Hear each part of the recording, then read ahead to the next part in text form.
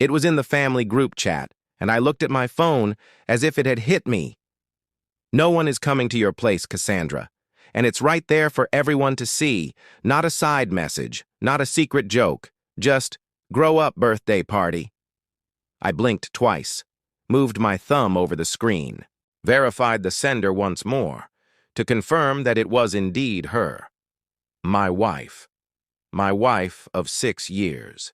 Tara received the response almost immediately, something her sister had never desired. A cheap picture of a dejected clown holding balloons in the rain, and that was Tara's gift.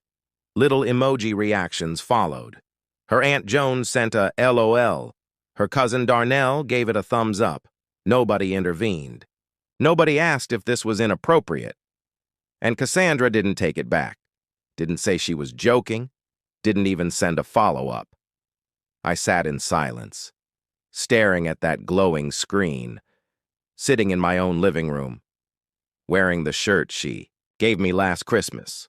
I typed one word, read it back, and didn't argue, as if that word opened a portal into a world I no longer belonged to. Why didn't I call someone out? Why didn't I try to save face? There was no need. If someone had placed a mirror in front of me at that moment, they would have seen a shadow, clinging to something long gone. I put the phone down carefully, as though the weight of it might break my fingers. My laptop was still, open on the kitchen table, left from earlier in the day when I was paying bills. The birthday had already been uneventful. No calls, no presents. Still, I convinced myself someone was plotting something, that maybe Cassandra had a dinner planned, maybe a card event, maybe later. So I logged into the bank account we both used, the one I filled. And there it was. Something. I should have known better. $1.73, planned to process tomorrow. Cassandra's monthly tuition payment. The one I'd been making, like clockwork. She had aspirations I admired, said she wanted to become a doctor, but I wasn't developing anything, I realized. I was simply financing it. I clicked to cancel the automatic payment. The bank asked, "Are you sure?" Yes, I was sure. But I didn't feel rage. I didn't feel fear, just clarity.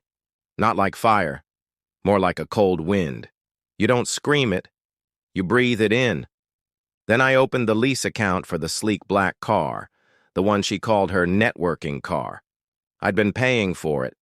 For 3 years, she said she needed it for clinical rotations. Said her car needed to make an impression at hospitals. I called the rental office. The voice on the other end was cheerful. "Mr. Whitaker, how may I assist you?" "I need to arrange for a vehicle ID recovery pickup, 7098 WX. "Understood," she said. "The driver will depart immediately." I gave them the address to Cassandra's campus housing, then had all other permitted users removed. The woman paused. "Noted, sir. Anything else?" I looked at my hands. "No, that's all." Then I opened my wallet, gas, shopping, Ubers, all of it, linked to my cards, every credit line, my name. I closed every single one. With each click, I felt something inside me unwind, like a cable that had been stretched too far. Finally let go, and I didn't feel powerful. I didn't feel righteous. I felt ashamed. Ashamed that I let it go this far. I had sponsored someone else's life, while mine sat paused, because I believed every thank you meant we were still a team. But I'd confused loyalty with surrender. That night I sat on the couch, stared at the half-frosted cake I had picked up that morning. She always said the chocolate was too sweet, but I loved it. It had a small gold 35 on it. I chuckled, quietly, the kind of laugh that aches in your chest. Then I stood, opened the fridge, placed the cake inside. Maybe I'd eat it tomorrow. Maybe not. She hadn't come home yet. So I poured myself a glass of water, waited for my hand to stop shaking. She was probably out, with friends, with Tara, maybe even with her ex, Victor. I didn't know. And for the first time, I didn't care. I wasn't going to stay up. Wasn't going to rehearse my lines for when she walked in, pretending like nothing happened. I'd done that dance. Too many times. So I went to the bedroom. Turned out the light in the living room. Closed the door behind me, and I realized this wasn't revenge. This was reality. You don't become a fool overnight. It happens gradually, like a leak under the sink. You don't notice until the floorboards swell and smell like rot. My marriage had been rotting. When we first met, I thought I'd found someone special.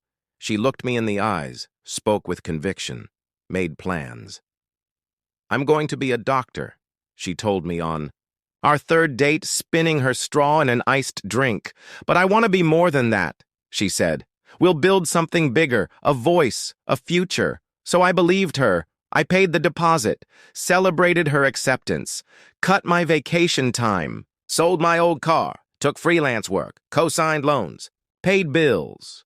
But I don't think she ever wanted a teammate. She wanted a sponsor, someone who smiled quietly in the background. Oh, this is Miles, she'd say to people. Never my husband. One time at a school gala, someone asked if I was her brother or her landlord. She laughed, ignored it. I told myself it didn't matter, that I was being sensitive, that she was just focused.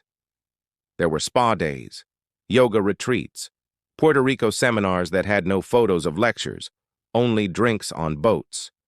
And I swallowed it all, like a pill you know will make you sick.